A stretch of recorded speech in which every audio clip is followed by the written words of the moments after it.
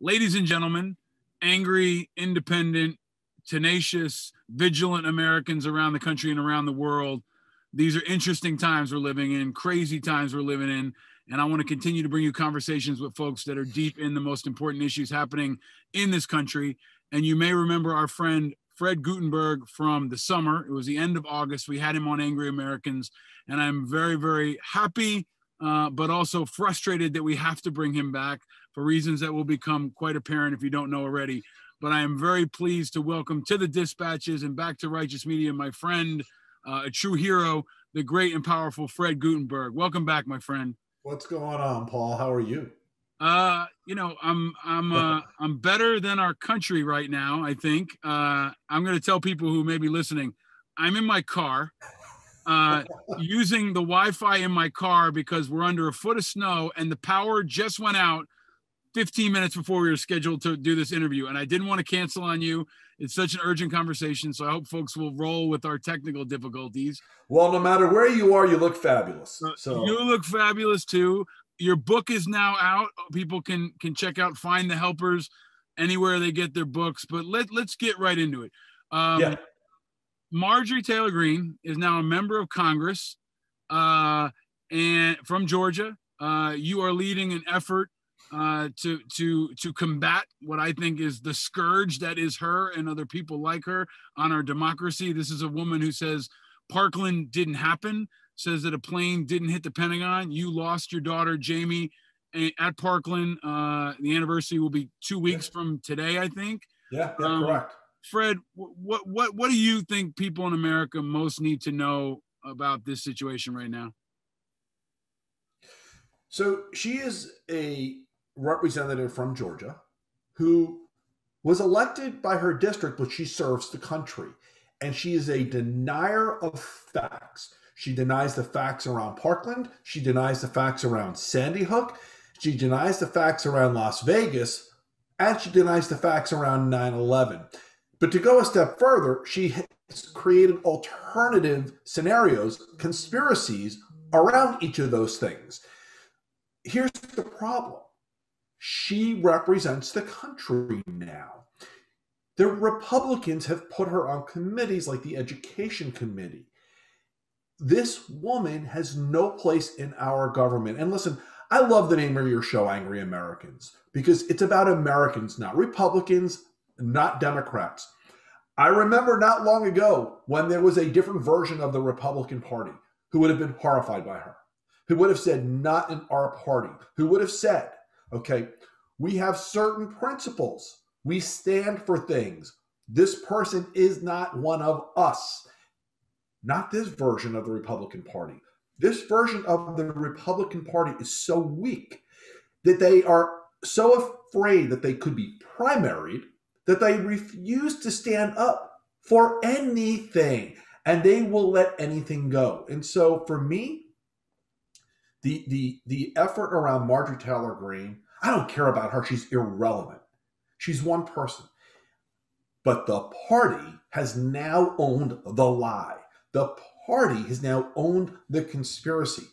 There is no Republican Party anymore. We need a two-party system in this country. We don't have one at the moment. So, Fred, a lot of well-known politicians have not denounced her, have not denounced her remarks. If you said this in any other place of employment and harassed people like David Hogg and others, that the video is now everywhere, you'd be fired from your job, right? If you were a federal employee anywhere else, you'd be fired from your job immediately. And for making direct threats to elected leaders, to other people. A bullet in Speaker Pelosi's head, she says. Yeah. So how is this possible? Like, how is it possible in your view? I get that the Republican Party has allowed her. Why does this not violate ethics within Congress to have her immediately removed based on basically breaking ethics rules? So it's a great question. And maybe it does, and maybe in time we'll find out. What ought to happen is the Republicans ought to join the Democrats to expel her because it requires 2/3, but they won't. So there will be a censure effort, and there will be also an effort to strip her of all committee assignments that's going to happen Wednesday. That will succeed because it only requires a majority of the party. Right. So she will be stripped of, she'll be neutered. But the thing is, her statements, it's not just about, you said being on a job, you'd be fired, you'd be committed. She's not only said that what happened to my family is not true, she has said, because of my last name, Guttenberg, that I am in possession of a laser that starts forest fires in California. The insanity of this person is astounding, but the inability of the party to say, we don't want this, is even more astounding. Fred, can I ask you, for some people, this just seems like politics, but I view it as a personal attack on people that I know like you. I consider you a friend. I have infinite respect for the work that you do. And what I am worried about is how she is one person, but she empowers the harassment of you, right? You lost your daughter, your beautiful daughter. You've been on a quest to provide safety for kids like mine and so many others. This is a person who represents a crew of people who've been harassing you and Sandy Hook families for years, right? Since this happened. So can you personify this like personally? No, listen, the lies matter. Yeah. They're not insignificant. We can't blow them off. If January 6th taught this country anything, letting a lie go unchecked has consequences. Mm-hmm. The lies matter. Sandy Hook has been dealing with these liars now for years. One of the Sandy Hook parents has already committed suicide. These lies matter. And how it is that the elected, I can't call them leaders. They're not. They're weak. These people, they're so determined to hold on to a position that they forgot that they represent the country. The lies matter. And the party that should be dealing with this is the party that she is a part of, not the other party. It used to be parties took care of their own, when things like this came up. Paul, you served in the military. You know as well as I do, amongst the two parties, the one that owned the patriotism mantle used to be the Republicans. Yep. They won't stand up for our democracy anymore. They are willing to let these lies live and to see democracy get shredded, because democracy requires we rely on facts. They are willing to let this happen. They have lost the ability to be patriotic. They can't say they care about this country anymore the way they're behaving. Fred, can I ask you, I can't imagine losing a child. You've been through unimaginable pain. You've been through this incredibly awful journey.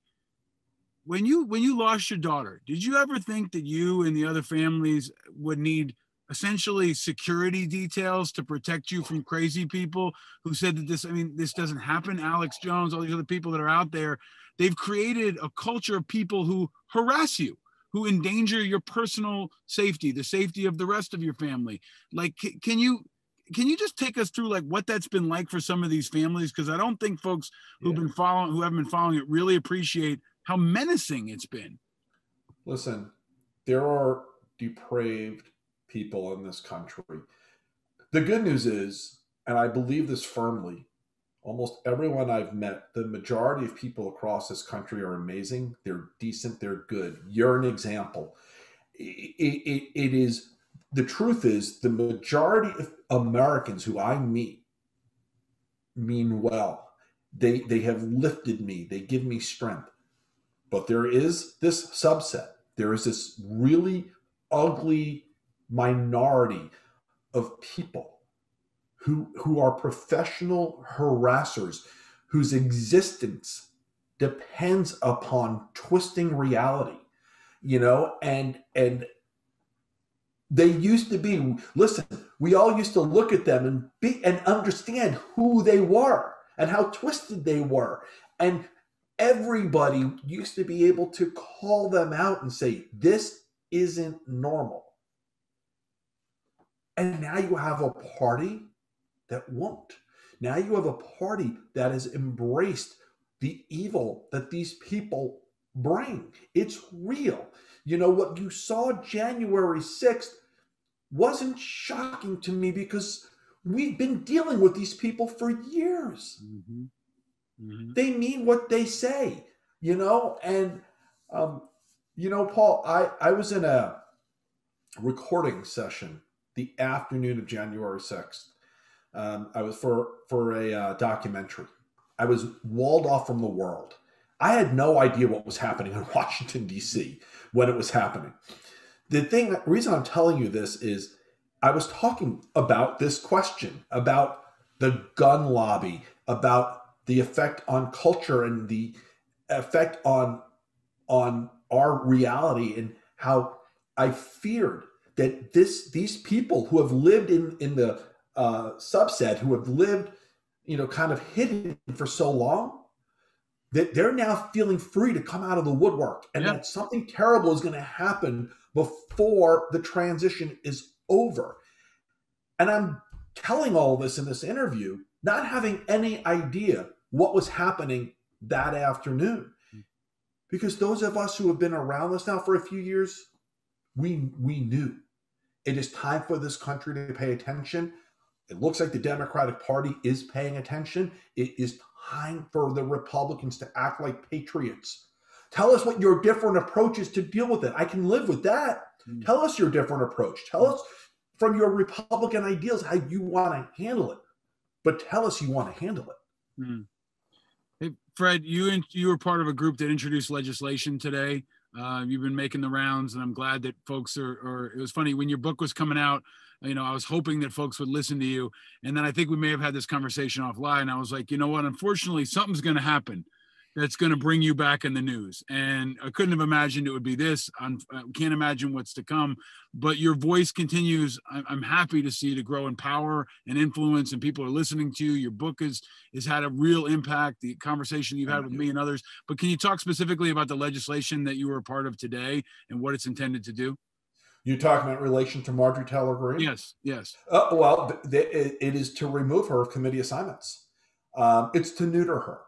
The reality is she won't be expelled because that requires courage of the other side, and they don't have it at this moment. But you can make her existence in the Congress meaningless. All she'll really be able to do is she'll be able to take floor votes. She'll be able to go and dabble in her conspiracy theories on her computer. But she won't have any effect on legislation. She won't have any effect on anything meaningful happening. She won't be able to serve her district the way that a typical representative will.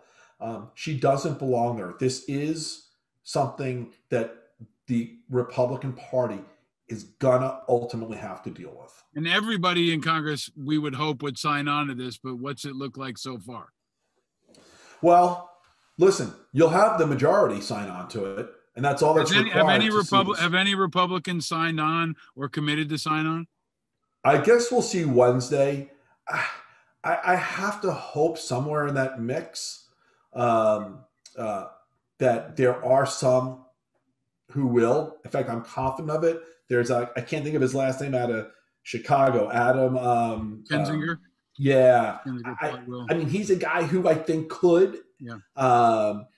But there have to be other Liz. I think Liz Cheney would, because, and listen, in a million years, I never thought I'd tell you I am aligned with Liz Cheney, because politically we're not.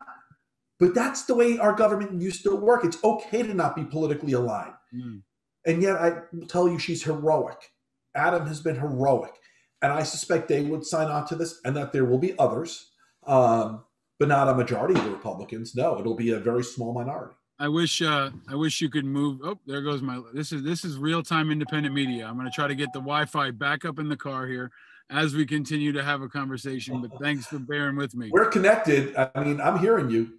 Okay, good. You see the lights are going out. There's a foot of snow outside, but I was not gonna give you any excuses about why we couldn't pull this off, and your time is valuable. Hey man, you're a trooper. Let me ask you this, Fred.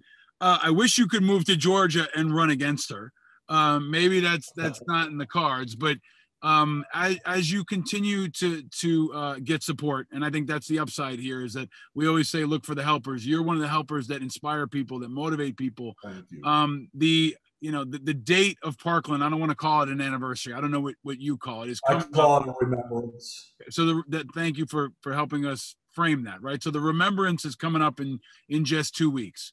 What do you want people to remember on that day and around this time? And maybe more importantly, what do you want them to do? I want them to remember my daughter, Jamie. That's her behind me. I want them to remember the 16 others. I also want them to remember it wasn't just the 17. There were 17 injured. And when you look beyond that to all the families that have had ongoing mental health effects, who have been traumatized, I want them to remember the reality of the impact of gun violence. And I want them to use their voices. I want them to stop being afraid to speak up and speak out. I want them to vote. You know, we Americans have done an awful job of voting for too many years. And I don't mean voting for the wrong people. I mean, too many of us started to think our votes don't matter, so we stopped voting. Not enough of us have voted. We've been terrible voters. We need to get off our asses and we need to vote. When we vote, we can make a difference. Our voice matters. So if you don't think this can't happen to you, it can. Be a part of making the future better for yourselves and your kids. Well, I am infinitely grateful for all you're doing to make the future better for everyone's kids. You are the definition of a hero in my book. Anybody who's dragging, thinking, they can't move forward another day, can look to you for inspiration. And I think people need that in times like this. And beyond all the recommendations that you've put forward, I hope people just have your back. You're out there in the arena. You didn't have to do this. You could have gone quietly and mourned with your family and done something else. But every time you tell Jamie's story, every time you tell your story, it hurts. I know that. But you're doing that for us. And I'm grateful for it. And I want everybody to be grateful for it. I want everybody to have your back because you represent the best of what this country's all about, man. And I'm honored to know you. And I'll continue to do all I can to add some volume to everything you're doing. Thanks, my friend. We love you, man. Keep giving them hell. And next time, maybe we'll be together in person and we'll have a drink and talk cars. I'm holding you to that. All right, my friend. Thank you. Keep after him. Stay vigilant. Stay warm out there tonight. Yes, sir. Thank you. Take care. All right.